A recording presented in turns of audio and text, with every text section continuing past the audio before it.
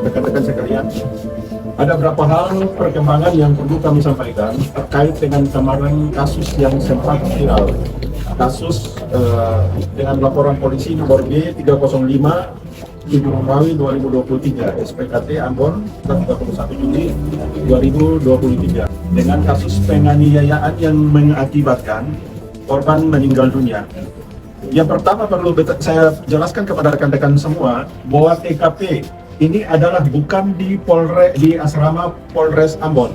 Itu perlu diketahui. TKP-nya adalah tanah lapang kecil yang itu berseberangan dengan Polres Ambon, di mana itu merupakan perumahan masyarakat, pemukiman masyarakat umum, jadi bukan di Polres Ambon. Kemudian yang kedua, yang sempat viral di rekan-rekan wartawan maupun yang sempat viral di media massa juga, bahwa korban berumur 15 tahun. Ini perlu kami jelaskan bahwa korban sesuai dengan dokumen kependudukan yang kami dapatkan dari keluarga korban, itu korban lahir tanggal 8 Mei tahun 2005. Dengan demikian sampai dengan hari ini berarti korban itu sudah berusia 18 tahun, 2 bulan dan 22 hari. Dengan demikian ada yang mempertanyakan kenapa sampai tidak dikenakan pasal perlindungan anak. Memang tidak bisa digunakan karena memang korban berusia di atas 18 tahun. Ya. Secara detail, secara rinci ininya nanti dijelaskan oleh Kasat Selse. Namun kemarin sempat viral juga bahwa keluarga daripada korban mendatangi Polres menuntut untuk pelaku ditangkap. Pada saat mereka datang, itu pelaku sudah ditangkap. Kejadian 1 jam setelah kejadian, itu pelaku sudah ditangkap. Ya, jadi ini perlu untuk diketahui oleh rekan-rekan juga. Sekaligus juga kami klarifikasi. Dugaan yang kita kenakan kepada yang bersangkutan itu terkait dengan pasal 351 ayat 3. Penganiayaan yang menyebabkan orang meninggal dunia. Sejauh ini baru kita terapkan pasal itu. Ini masih kita perdalam lagi untuk apa mungkin bisa kita kenakan dengan ketentuan pasal yang lain terkait perbuatan. Tentu saja ini harus kita sinkronkan dengan fakta yang terjadi yang kita temukan terkait dengan peristiwa ini. Untuk hasil otopsi bagaimana Pak? Kan sudah dilakukan otopsi terhadap jenazah. Terkait dengan hasil otopsi kemarin itu awalnya keluarga korban tidak mau untuk korban ini diotopsi. Namun demikian dari penyidik kemudian mendatangi, menyampaikan, memberikan pemahaman kepada mereka sehingga akhirnya keluarga korban mau untuk diotopsi. Hasil otopsi sudah keluar. Namun demikian ini merupakan kewenangan daripada dokter forensik yang melakukan otopsi untuk nanti disampaikan di hadapan sidang karena itu adalah kewenangan daripada dokter.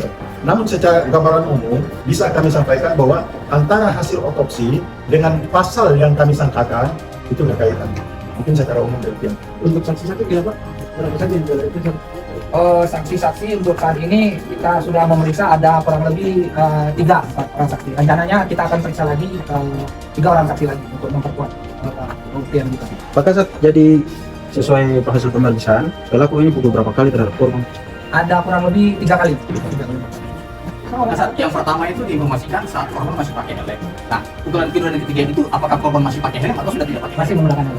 Jadi 3 pukulan korban masih pakai helm. Karena kami hanya bisa menyampaikan bahwa kejadiannya demikian, kemudian pelaku sudah ditangkap, kemudian hanya dalam 1 jam setelah kejadian pelaku sudah ditangkap. Pasal yang kami kenakan adalah ini, jadi saksi berdasarkan alat bukti saksi, alat bukti keterangan tersangka, dan alat bukti otopsi. Inilah yang dijadikan sebagai alat bukti sehingga kami menetapkan tersangka ini. Dan tidak menutup kemungkinan, seperti mana tadi disampaikan oleh Pak Kasat, bahwa apabila dalam perkembangannya ditemukan ada perbuatan dari keterangan saksi yang terkait dengan pasal lain, maka tidak menutup kemungkinan untuk kami akan gunakan pasal-pasal yang lain. Terkait kemungkinan itu, Pak Kasat, kan ada jeda waktu dari Gapura yang pada saat hampir nabrakan itu ke lokasi TKP pembunuhan itu kan nggak cukup itu. Apa memang bisa dikategorikan berencana karena bisa ada jeda waktu beda pembunuhan itu? Nanti kita perdalam lagi ya, karena kita akan panggil 3 saksi lagi, kita akan perdalam lagi untuk kejadian. Diduga 351 ayat. Yang lainnya enggak. Ada hukuman 7 tahun ya? Iya, kalau 351 ayat 3 gitu. Pak Kasat, SPDP tersangka sudah dikirim ke jaksa? Iya, kita. Kalau tanda-tanda kekerasannya misalnya apa, ada gumpalan darah, benturan dan sebagainya Itu nanti dokter yang menyampaikan. Yang jelasnya secara umum kami sampaikan bahwa antara sangkaan pasal, sangkaan yang kami terapkan kepada pelaku dengan hasil otopsi ada kaitan. Dipastikan kasus ini tidak akan terus sampai dalam putusan. Beta perlu sampaikan di sini ya. Sejak dari awal Bapak Kapolda sudah memerintahkan, baik itu anggota atau bukan anggota, pejabat atau bukan pejabat, siapapun dia yang melakukan pelanggaran terhadap hukum, maka yang bersangkutan akan diminta pertanggungjawabannya di hadapan hukum. Kita tidak membedakan itu pejabat, keluarga pejabat, anggota polisi sekalipun dia bersalah, kita akan memproses. Demikian.